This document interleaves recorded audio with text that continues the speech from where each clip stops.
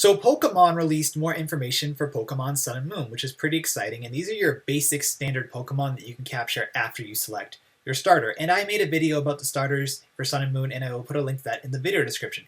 I'm gonna kind of compare these to the starters of Kento, which pretty much established what the basic Pokemon you can capture after you get your starter is. So the first one we have is Pikipek, and Pikipek is a normal flying Pokemon, essentially your basic Pidgey or your Tailo.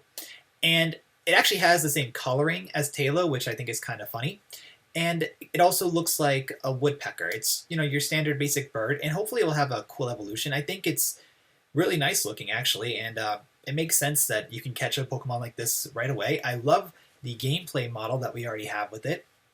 Its abilities are Keen Eye and Skill Link, and by the way, I have the images right in front of me, which is what I'm looking at if you see my eyes dart from the camera.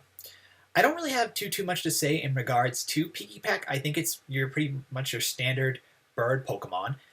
I would probably capture it, and then once I get a stronger flying Pokemon, more or less a dragon, which I am biased to, I would probably put it back in the box. But I think Pikipek would probably serve as quite a good starter, especially in the beginning of the game. But if it evolves into something really badass looking, keep it in your party. It probably has some really cool moves. Flying Pokemon can be really fun. I always just get hesitant with flying Pokemon because of their weakness to ice and thunder, which I feel get used quite a bit. Alright, so Pikipek is cool. I think he's your basic standard Pokemon, and I'd probably definitely catch Pikipek. Okay, next one we have Yungoos. Now, Yungoos is probably based on a mongoose. There's also another Pokemon based on the mongoose, which was Zangoose from Hoenn, or from Ruby and Sapphire, and he's just a normal Pokemon. He's essentially what I thought of Rattata. I thought this looked like a basic Rattata. Its gameplay doesn't really impress me that much. It's a normal type. It has the abilities of Stakeout and Strong Jaw. I'm assuming it's going to have a bigger, scarier looking evolution for its mongoose form. For its second line, I don't think it's going to have 3 forms. I don't really have too much else to say about it. I think it looks like your basic standard annoying Pokemon. In fact, it kind of has a blend to me of both Rattata and Poochyena, in all honesty.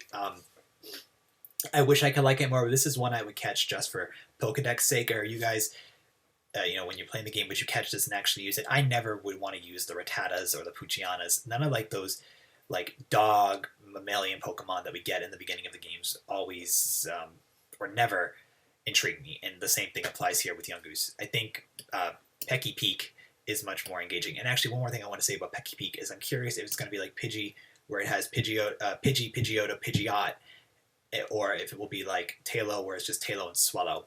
I'm assuming it's going to be a 3-stage Pokemon just because it's so small.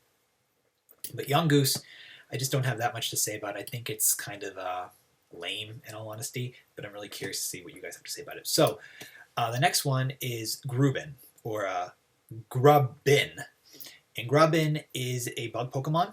It kind of reminded me of a combination of Metapod and Caterpie, or a Metapod and Weedle, I should say, and its ability is Swarm. I actually think Grubbin, of the 3 of them, looks the most interesting because it's sort of like it's a hatching cocoon, and I like its ability of Swarm, and I bet it's going to evolve into some scary-looking either Bee-type Pokemon or probably another Moth-type Pokemon, but I'm hoping it will go in the Bee or the Scarab type, just depending on how it looks. I'm not really sure about Hawaiian Insecta life, which is essentially what the Kalos, or the Kalos is X and Y, what the Aloha region is based off of, so I don't know if it's based off anything particular there.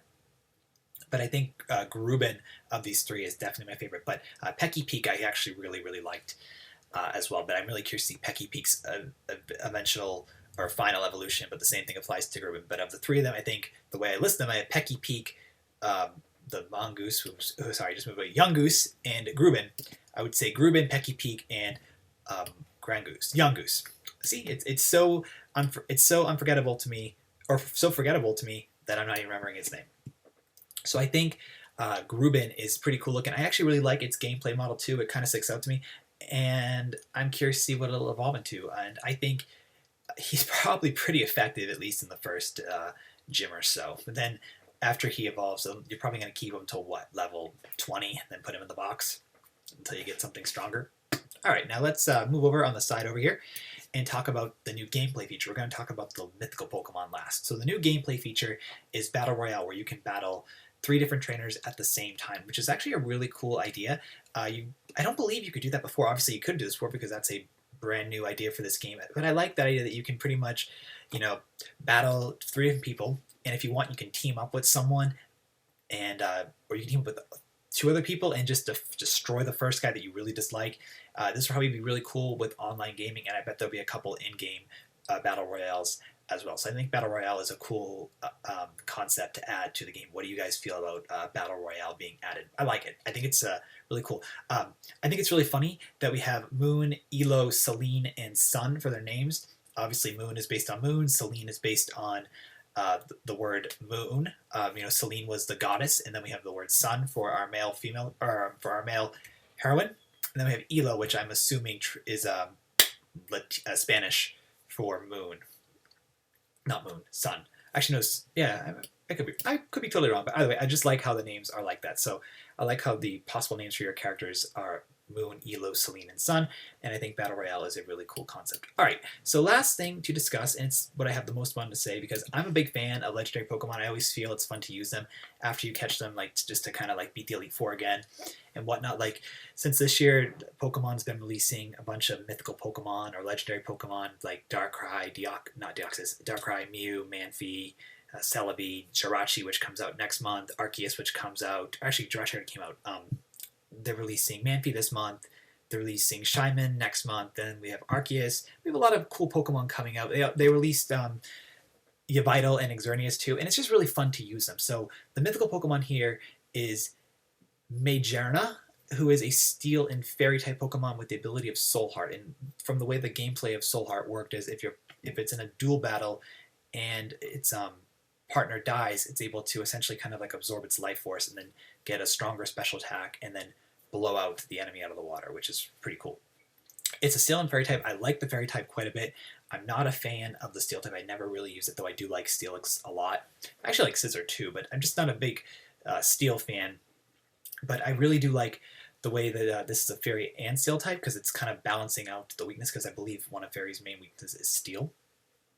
And it's like a Porygon in the idea that it was man-made, essentially Mewtwo as well, but I'm curious to see like what this Pokemon's backstory will be and how it will come about in one of the movies.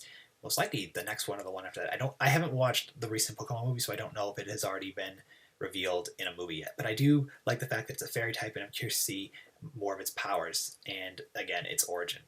So I think Magearna will be quite cool to deal with, and I'm looking forward to it. And it's probably going to be really powerful. So anyway, that is the new information we have for Pokemon Sun and Moon. I hope you guys enjoyed my breakdown of it. Now, one more thing I want to say is Pokemon, when they release information, it's very intensive. It's a lot. Like, here we had 5 things to discuss, and now the way the video is set up is I have the 5 bits of information. I have myself kind of up here in the corner, so I'm curious, do you want me to just do it with me with one image on the side and go, like, here's one Pokemon, here's another Pokemon, and then here's the last one? Or keep it like this? I'm really curious what you guys would like for style. Like, I don't mind cutting it like that. I just kind of like to show you everything, but I'm curious what you like better as a viewer. All right, so that is all I have to say about these Pokemon. I hope you share your thoughts about which Pokemon you will pick between the 3 basic ones in the comments below. Do you like the new legendary, and do you like the idea of Battle Royale? All right, thanks for watching, and we'll talk soon. Bye.